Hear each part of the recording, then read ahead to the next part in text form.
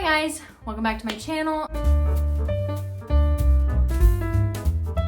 Today I'm gonna be doing my September wrap up. Yeah, let's get into it. I read 5 books in September. Nope, that's not true. I read 6.5 books in September because one of them I read, I think like the 28th, 29th, and then I finished it on October 1st. So I think I might count that in both wrap up. I read the majority of the whole book, I think my dogs are barking at a squirrel. I read the majority of the book in September and then I just finished it on the 1st. So I don't know if I'm gonna include that. I'll talk about it, but I might include it in my October wrap up as well. So the first book I finished in September was Dark Succession by Katee Robert. I gave this a 3.5 out of 5 stars. So this book follows Teague O'Malley and Callista Sheridan. They are thrust into an arranged marriage after Callista's other potential husband from a rival mafia family is suddenly murdered, and she is left with no other option than to be married off to Teague. She has some secrets, some skeletons in her closet that could get Teague and herself killed. I enjoyed this. I'll probably keep reading if I don't know. I did think it was a little on the insta-lovey side. I didn't think this book was totally like, you know, there's like some warring internal warring for both of them, but I definitely didn't feel like it was that long. They were like, no. It was kind of just, you know, it was a little insta-lovey. I actually started this back in May on my Kindle, and then I never picked it up again, and I picked it up September, because I never disliked the plot. I never thought it was boring or anything, but yeah, I picked it up again and I finished it. So the next book that I finished was Hide by Kiersten White. It follows a group of 14 competitors competing to win a bunch of money by playing hide and seek for a week. And each day 2 of them are found, but then it kind of turns out that things aren't as they seem. It's not just a harmless little game. It's actually like real life serious people getting killed. And they kind of are trying to unravel the mystery of what's going on and what's killing them. It mainly follows Mac, but it switches POVs sometime. And Mac kind of has a dark, twisted past. I didn't love this. I think I gave it 2.5. I didn't love it. It's not a very big book. It's, I think, a little over 250. No.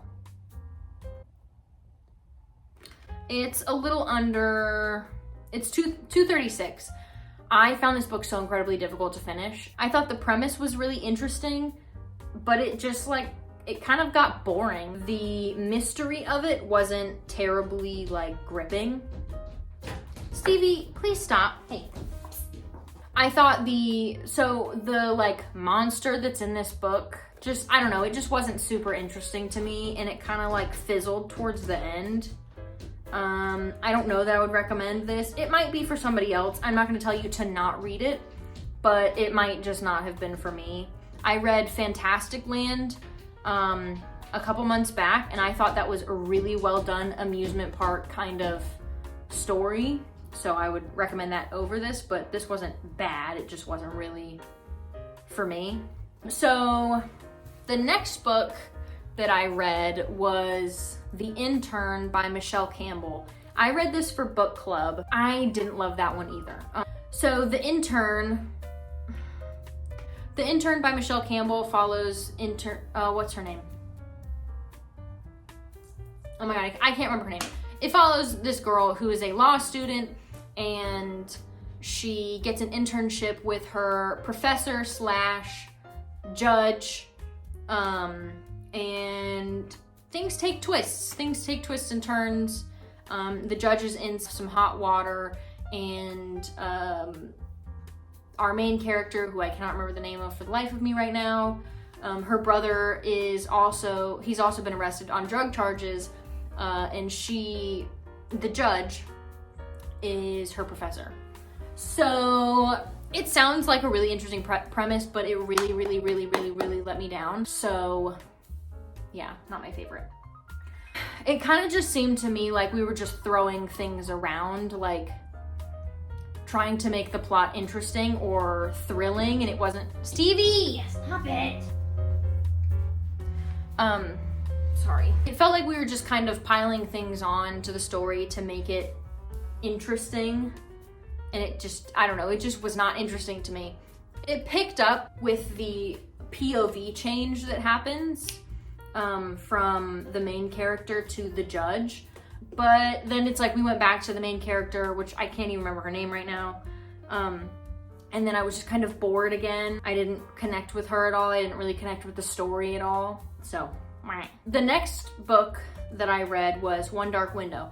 This, from the low that was the intern for me, this was a very high. This book was so good. I gave this book 5 stars. I loved it. And I finished Two Twisted Crowns this month in October. And spoiler alert, I gave that one 5 stars. I have never been so gripped from the beginning, and I can just I pictured this world so clearly from the beginning, which is rare for me. Sometimes it takes me a while to kind of get into it, and I have to create like a visual of what everything looks like in my head and like what everybody looks like. And it's like I have to establish that first before I can really get into the book. This one, it was like it was there. It was like I already had the pictures in my mind, and I thought this was so interesting. This, if you don't know, but One Dark Window follows Elspeth Spindle and the nightmare inside her head, and she lives in the Kingdom of Blunder that is in a perpetual mist. It was put there by the spirit of the wood. She bumps into a highwayman who tries to steal from her, and it ends up being the king's nephew. So it follows them and their adventure to try and rid the kingdom of the infection. The magic system was very interesting. It uses like kind of tarot cards, and I thought it was interesting that everybody had access to the magic. It was accessible if you had a card, and I thought it really showed the balance that exists in the world. I mean, it's fantasy, but the world kind of exists in a balance. Everything is balanced out, and this showed that really well with the cards, and even the people who got the infection that were infected with magic, you could say. I thought the give and take of that was very interesting. And I thought this duology as a whole was really well done. Few times have I felt like a fantasy has neatly wrapped things in a bow and doesn't just continue to push out books and push out books and push out books just to like extend the story into multi-books. I thought it was really smart for this to be a duology. You get the whole story in the 2 books and you're not really left with a bunch of questions. I felt like it wrapped it up very nicely. So I would highly recommend this one.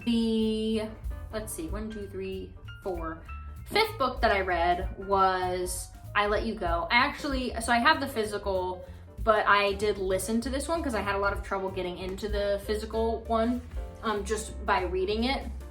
A lot of times when I'm having trouble getting into a book that I'm reading, it's a lot easier if I have the audiobook. I can't exactly remember what I gave this, maybe a 3 or a 3.5. I did enjoy this one. Of course, I'm not gonna spoil anything, but I thought the twists that were included in this were really well done. And it does contain, I mean, you know this from the beginning or from the back of the book, child death. So if that's gonna be an issue, don't read this because that's a heavy theme going on in this book. It also does depict some domestic violence, so if that's an issue for you as well, don't read this. Yeah, I thought it did a good job. Maybe not of being thriller-y, and maybe it's not really supposed to. I mean, I feel like we always mix mystery and thriller a lot, so it's kind of difficult, but the mysterious sense of it was really well done, and I did enjoy that it was multiple POVs of Jenna and the cops that were investigating the case. But yeah, I thought this was really well done. This is a good one. So the 5th book that I read was Done and Dusted by Lila Sage. I thought that I really enjoyed this. This was my first cowboy romance, and I just knew I was gonna like it. I knew I was gonna love the genre, and I have since read Swift and Saddled. I'm eagerly awaiting Lost and Lassoed, which is coming out in November, I believe. And I had to get Elsie Silver, guys. I had to get Elsie Silver. So I got the first 2 in her, is it Gold Rush Ranch? No. What's her second series with Flawless and Hopeless and Reckless? I got the first two in that one, Flawless and Hopeless? Flawless and Reckless? I can't remember off the top of my head. And then I got the first one in her Gold Rush Ranch series, Off Limits. Is that what it's called? Whatever. So I just love that I've been introduced to the world of the cowboy romance. I thought this one was well done.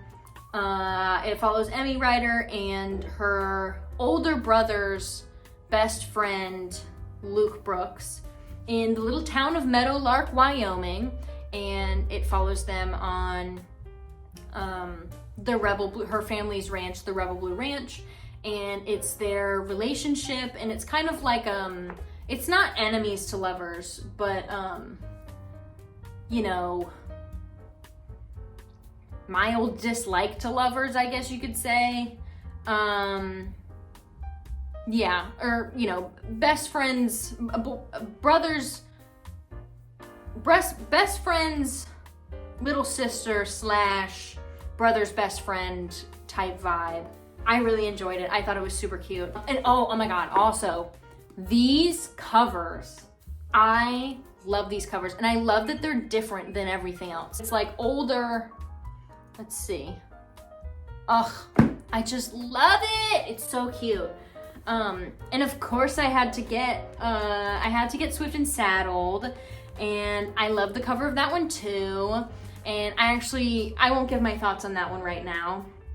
I'll wait till my October wrap up, but I love this series, and I know it's gonna be really well done. I'm really excited to continue this series and to get into all of the Elsie Silver books, because I know I'm gonna like devour them.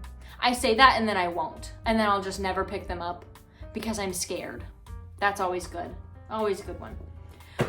So, the half is the Pucking Wrong Number. I think it's the Pucking Wrong Number because it's the Pucking Wrong series. I was iffy on this one. It's a hockey romance, but the main character, like the male main character kind of acts like he's like, I don't know, like how the mafia boys will always say like, "Aw, touch her and you die." You know, they act like that. They have a reason. They're in the mafia. This guy is not in the mafia. He's just rich and he's a hockey player. So I don't know. I didn't love that about it. And something about like the possessiveness that he had, you know, I didn't love that either. I don't know. I didn't hate this one. I don't know if I'll continue because I didn't love, what's his name? He has a silly name. Oh, I can't remember his name off the top of my head right now. But his Ari. Ari is the next book, and we love Ari. We love Ari. So I don't know if I'll continue the series because I know Ari's the next guy, or if I'll just stop it here. Yeah, so that was my little wrap up. I didn't read a ton. I mean, I guess I read a good amount, but I would have liked to have read more. I always would have liked to have read more. I had 1 month a couple years ago where I read 8 books in, was it 8 books? I read 8 books in a week. I read a book a day, so I guess technically a week in a day. But that was the Sophie Lark's Brutal Birthright series. Ugh, I loved that series. I want to kind of do, I guess, like series reading vlog type things, because I really enjoy watching those. So I figure other people enjoy watching them, but I'm planning on doing all of the Solaria books, like the Dark Fae, what are they called? Ruthless Boys of the Zodiac, that series, Zodiac Academy, and Darkmoor Penitentiary. I'm planning on doing a long, because it's gonna take me a long time, a long reading vlog with those series, and maybe I'll do one for all of the Elsie Silver book. Maybe I'll do something reading all of those.